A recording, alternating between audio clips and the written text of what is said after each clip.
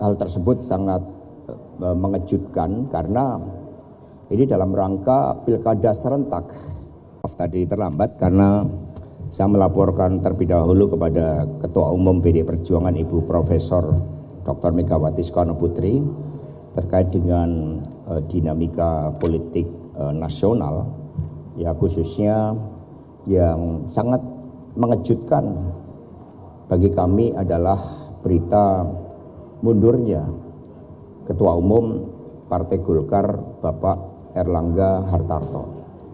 Beliau sosok komunikator yang baik dan membangun kerjasama politik yang baik di dalam pilkada. Kami banyak bekerja sama dengan Partai Golkar, selain dengan partai yang lain seperti Gerindra, PKB, P3, Perindo, Hanura, dan juga Partai Amanat Nasional. Nah, sehingga hal tersebut sangat mengejutkan karena ini dalam rangka pilkada serentak dan muncul kejadian politik yang dalam kategori kami suatu hal yang luar biasa yang menyentuh aspek kedaulatan partai. Nah, karena itulah kami ikut prihatin dalam situasi seperti itu, dan kemudian tentu saja ini tantangan bagi kita sebagai bangsa termasuk bagi partai politik untuk betul-betul menunjukkan kedaulatannya sebagai partai yang mengemban amanah dari rakyat, dan partai itu selalu memiliki mekanisme yang sudah terlembaga terkait dengan kepemimpinannya. PDI Perjuangan memiliki pengalaman buruk pada masa Orde Baru ketika berbagai intervensi kekuasaan itu dilakukan yang tujuannya adalah untuk mengkerdilkan demokrasi, menjauhkan prinsip-prinsip kedaulatan rakyat.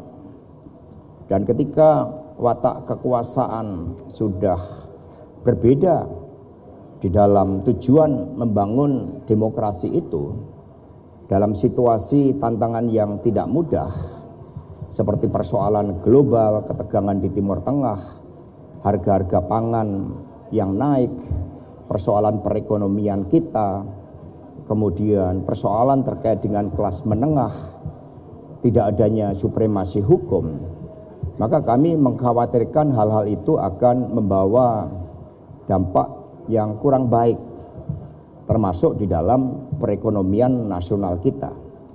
Sebagai partai politik, PDI Perjuangan tidak campur tangan terhadap rumah tangga partai politik lain, tetapi tentu saja terhadap apa yang terjadi itu sangat mengejutkan, dan kami prihatin karena kami juga bisa merasakan suasana kebatinan di balik itu. Itu terima kasih. Ya.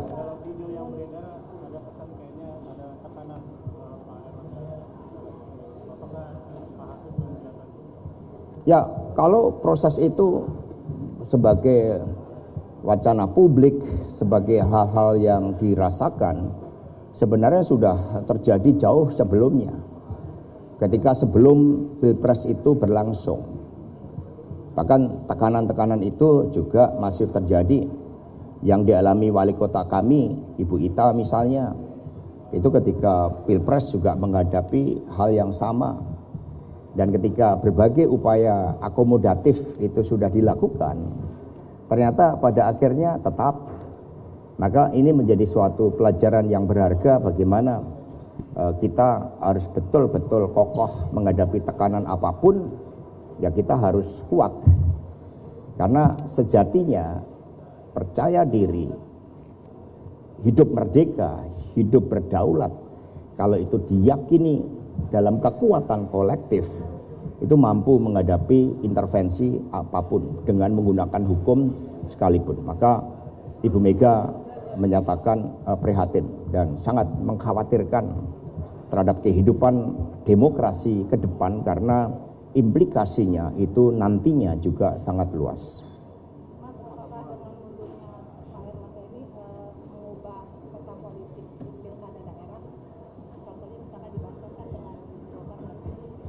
Ada indikasi seperti itu, Tetapi kalau di tingkat kabupaten kota itu relatif konfigurasinya menunjukkan representasi dari peta politik yang ada di daerah. Tetapi kalau terkait dengan pilgub, memang ada berbagai skenario karena ada kepentingan kekuasaan itu.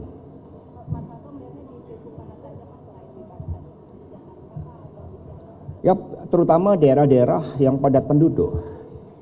Karena ada yang berpikiran bahwa ini pilkada serentak dan tidak terjadi lagi 5 tahun ke depan. Sehingga ini menjadi fondamen kekuasaan bagi kepentingan 2029. Sementara bagi PD Perjuangan fondamen kekuasaan itu adalah ke bawah. Memperkuat rakyat, mengatasi kemiskinan ekstrim, membangun kedaulatan pangan untuk kesejahteraan petani. Itu fondamen politik, bukan dengan melakukan suatu pengaturan kekuasaan, apalagi dengan menggunakan hukum sebagai alat kekuasaan untuk menyiapkan 2029. Itu elitis dan itu meninggalkan seluruh logika demokrasi dari rakyat, oleh rakyat dan untuk rakyat.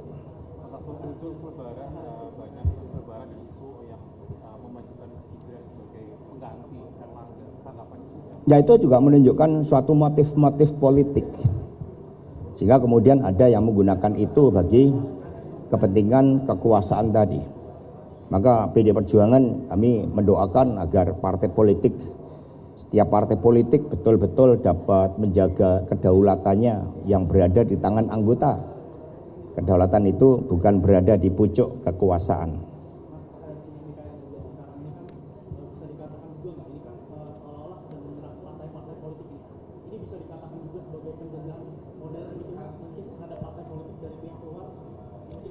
Ini bukan penjajahan modern. Zaman Bung Karno dulu kan juga menggunakan hukum kolonial. Bung Karno diadili, dipenjara, jadi Sukamiskin, penjara Bancai, kemudian dijauhkan dari rakyat, dibuang di Ende. Tetapi bagi seorang politisi kenegarawanan yang menempuh jalan keyakinan bahwa politik itu kehidupan untuk kemajuan rakyat, bangsa dan negara, apapun yang dihadapi akan selalu tegar. Maka Bung Karno mengatakan, saya masuk penjara dengan kepala tegak, saya keluar dengan kepala yang lebih tegak. Sehingga bagi PD Perjuangan, meskipun bentuk-bentuk penjajahan baru dengan menggunakan hukum itu terjadi, tapi sejarah perjuangan kita membuktikan tidak ada kekuasaan yang langgeng. Apalagi ketika kekuasaan itu dibangun dengan intimidasi, dibangun dengan kepentingan sempit.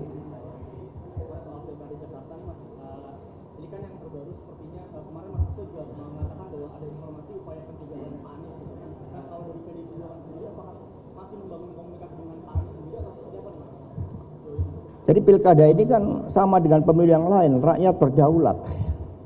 Tetapi ada mengkhawatirkan kompetisi karena popularitas elektoral figur-figur tertentu. Sehingga kemudian ada yang tidak mau masuk ranah kontestasi yang sehat itu. Dan itu terjadi, itu bisa dipandang dengan jelas oleh rakyat. Kami mengkhawatirkan terjadinya arus balik. Karena demokrasi tidak bisa dibendung. Setebal apapun bendungan kekuasaan itu dibangun, ketika kemerdekaan itu dipenjarakan, maka akan muncul daya gerak untuk melakukan koreksi. Itu yang diyakini dari seluruh pengalaman historis PDI Perjuangan. Ya, dikomunikasikan. Kemarin Pak Anies misalnya datang ke pondok pesantren yang dipimpin oleh Abah Kiai Haji Sarif Hidayatullah. Ya, beliau juga mengkomunikasikan. Jadi ada proses spiritual juga. Jadi kami juga terus bergerak di Sumatera Utara. Kemarin sudah dilakukan apel Satgas untuk menjaga marwah partai. Jadi setiap Sabtu, Minggu kami mengadakan apel Satgas. Tapi kami juga tidak melupakan tugas kerakyatan. Maka kami juga kemarin membersihkan sampah agar sungai-sungai menjadi bersih, menjadi kehidupan yang mendorong kesehatan. Sehingga pergerakan itu terus dilakukan. Di Sumatera Utara kami sudah keluarkan surat tugas buat Letnan Jenderal TNI Purnawirawan Edi Rahmayadi. Dan ternyata antusiasme arus bawah itu sangat besar.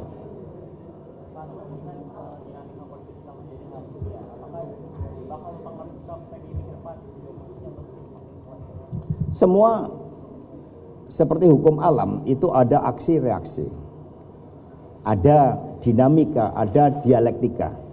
Ini yang terus dicermati oleh PD Perjuangan. Apapun dialektika perkembangan yang ada, jangan sampai persoalan politik akibat intervensi kekuasaan ini kemudian memperburuk kehidupan perekonomian kita. Ini yang dijaga oleh PD Perjuangan. Maka kami memerintahkan seluruh 3 pilar partai untuk menggerakkan menanam 10 tanaman pendamping beras. Karena ini yang menjadi salah satu kerawanan yang dicermati oleh PDI Perjuangan. Impor beras kita terbesar tahun ini, ya dalam 10 tahun terakhir.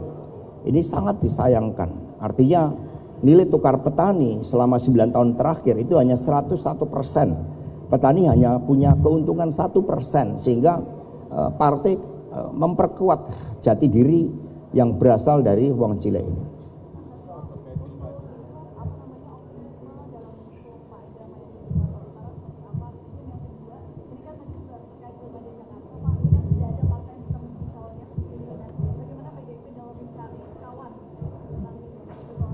Ketika ada pihak-pihak yang mencoba untuk membangun satu calon atau kotak kosong, maka KPU nanti akan memberikan ruang 1 minggu perpanjangan. Itu dari pengalaman 2020. Disitulah bisa terjadi perubahan konfigurasi politik. Karena rakyat juga ingin kontestasi. Rakyat tidak mau seperti di daerah ibu kota Jakarta yang menjadi ikon dari peradaban Indonesia, kemudian tidak ada kontestasi, padahal itu mencerminkan ide gagasan tentang masa depan dan bagaimana seorang calon pemimpin menjawab berbagai persoalan rakyat. PDI terus akan berjuang melakukan komunikasi politik, dan seni dalam politik itu selalu ada ruang terobosan, selalu ada ruang untuk mencari titik temu. Itu yang kami yakini. Pak, terkait mundurnya Pak Erlangga ini, Pak Hasto, apakah melihat ada politisasi hukum, mengingat Pak Erlangga pernah diperiksa di Kejagung, Pak? Tadi sudah saya sampaikan, ya.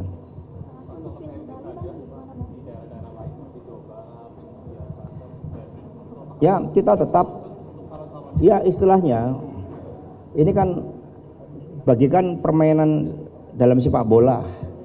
Mereka mengatur tim kesebelasannya bagaimana, ada yang mengatur wasitnya, ada yang mencoba wasitnya diatur-atur, kesebelasannya diatur-atur, lalu ada yang mencoba melakukan naturalisasi, ada yang melakukan menggunakan pressure dan sebagainya yang nggak sehat.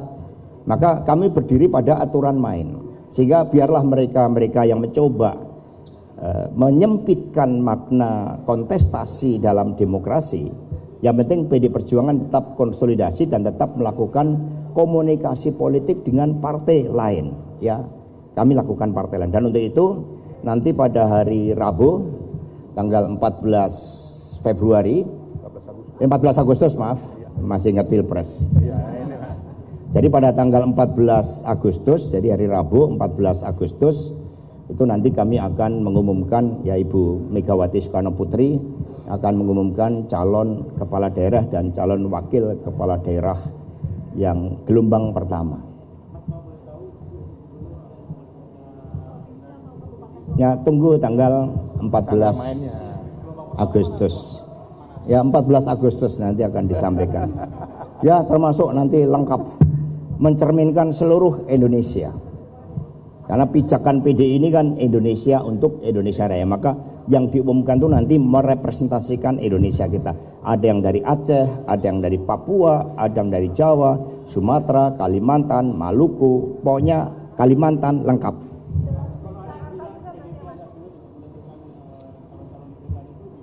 Apa? Oh, tidak, enggak. Konfigurasi politik di daerah tidak bisa diatur-atur karena daerah itu memiliki peta politik sendiri, dan secara geografis, secara historis, secara demografis itu ya seperti itu. Ya, sehingga nggak ada, bahkan yang PD Perjuangan 0 kursi pun banyak yang meminta rekomendasi dari PDI Perjuangan karena kami dikenal militan. Jangan lupa bahwa di tengah-tengah gempuran yang luar biasa, tubuh-tubuh banteng yang terluka di dalam Pilpres dan Pileg yang lalu, di tingkat kabupaten kota itu perolehan kami naik. Sehingga kerjasama dengan partai politik yang lain, dengan Golkar, Gerindra, PKB, P3, Perindo, Hanura, kemudian ada Nasdem, Demokrat, PKS, itu terrepresentasi dan menunjukkan bagaimana PD Perjuangan itu menjadi kekuatan perekat, karena semua partai itu lengkap, termasuk Partai Amanat Nasional di wilayah-wilayah kota. Cukup ya? Ya, makasih sekali lagi teman-teman atas kehadirannya. Di antara banyak sumber informasi, kami layak dipercaya. Karena kami menggali lebih dalam, berpihak pada kebenaran, berpegang pada data dan fakta, agar layak Anda jadikan referensi. Kompas TV, independen, terpercaya.